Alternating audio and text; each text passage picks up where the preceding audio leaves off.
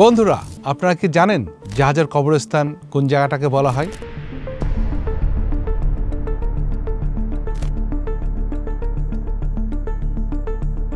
পৃথিবীতে জাহাজ চলাচলের জন্য যে কটি জায়গা ঝুঁকিপূর্ণ রয়েছে তার ভিতরে সবচেয়ে বেশি ঝুঁকিপূর্ণ জায়গা ড্রেক প্যাসেজ। প্রথমেই বলি আসলে ড্রেক প্যাসেজটা কি। তিন মহাসাগরের নানা স্রোতের মিলনস্থল এই ড্রেক প্যাসেজ। একটি হচ্ছে প্রশান্ত মহাসাগর, আটলান্টিক মহাসাগর এবং দক্ষিণ মহাসাগর। ড্রেক প্যাসেজের নামকরণ করা হয় বিখ্যাত নাবিক স্যার ফ্রান্সিস ড্রেকের নাম অনুসারে। এখানকার পানি সবসময় উত্তাল থাকে, মানে তিনটা মহাসাগরের ভয়ঙ্কর ঢেউ। ড্রেক প্যাসেজ এমন একটি ভয়ঙ্কর জায়গা যেখানে 68-টিরও বেশি জাহাজ এখন পর্যন্ত ডুবে গেছে এবং 20,000-এরও বেশি মানুষ প্রাণ হারিয়েছে। আজকে আপনাদেরকে শোনাবো এই ভয়ঙ্কর ড্রেক প্যাসেজে আমার যাওয়ার অভিজ্ঞতা।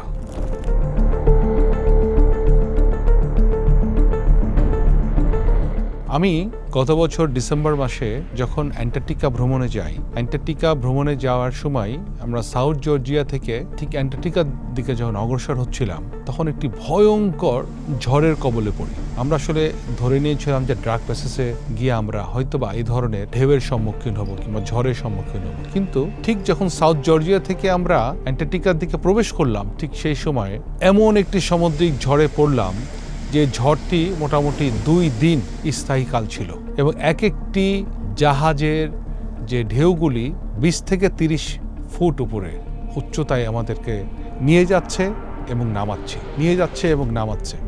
আমি ছিলাম জাহাজের দোতলায় ডেকে এবং আমার রুমে মনে হচ্ছে প্রত্যেকটা বার এই জাহাজের জানলা রয়েছে, জানলাতে সে ঢেউ বারবার বাড়ি খাচ্ছে।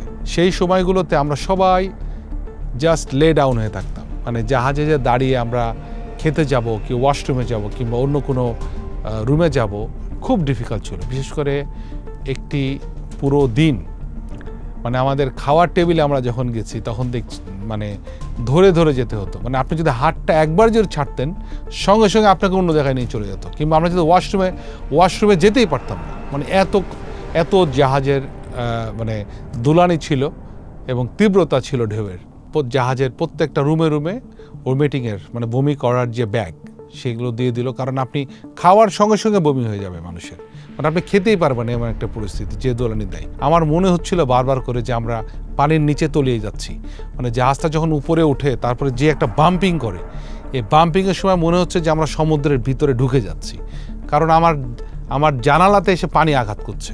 এবং কি বলবো আর ওই সময় মানে বারবার অনেক সময় মনে হচ্ছে যে মৃত্যুর জন্য প্রস্তুত হয়ে আছে, মানে যে কোনো সময় আমাদের মৃত্যু হয়ে যেতে পারে।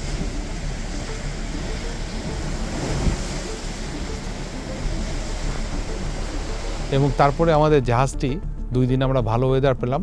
ভালো ওয়েদার পাওয়ার পরে আমরা অ্যান্টার্কটিকা পুরোটি ভ্রমণ করার পরে আমরা যখন ঠিক অ্যান্টার্কটিকা পেনিনসুলা নামে একটি জায়গাতে আমরা আর্জেন্টিনার উশোয়া যে শহর থেকে আমাদের জাহাজটা ছেড়েছিল ঠিক আমরা ওইদিকে যখন যাত্রা শুরু করলাম, এই 2 জায়গার মাঝামাঝি মানে অ্যান্টার্কটিকা এবং আর্জেন্টিনার ঠিক মাঝামাঝি জায়গাটাতেই এই ড্রেক প্যাসেজ। এবং ড্রেক প্যাসেজ যখন আমরা গেলাম আবার সেই ঢেউ শুরু হলো।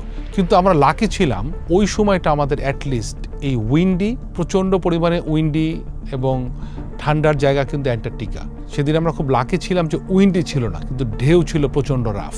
জাহাজের উপর দিয়ে যখন আমরা প্ল্যান করেছিলাম যে 10 তলায় উঠে আমরা দেখব যে কি পরিস্থিতি, তো যেহেতু আমরা 3 দিন আগে আমরা যেখানে ঝড়ের ভিতরে পড়েছিলাম তখন আমাদের ওঠার কোনো সম্ভাবনা ছিল না, কারণ ওখানে তো বিছনা থেকে দাঁড়াতেই পাচ্ছিলাম না। বাট এইখানে ড্রেক প্যাসেজে এসে যখন আমি উপরে গেলাম, উপর থেকে যে আপনারা এখন যে ভিডিওটা দেখছেন সেটা কিন্তু একদম উপর থেকেই তোলা। জাহাজটা কি পরিমাণ নিচে নামছে এবং উপরে উঠছে, এবং পানি নিচের যে সমুদ্রের পানি ঢেউয়ের তোরে সে পানিগুলো এসে আমার এই 10 তলার উপরে দাঁড়িয়ে আছে, এখানে এসে আমার মুখে এসে লাগছে।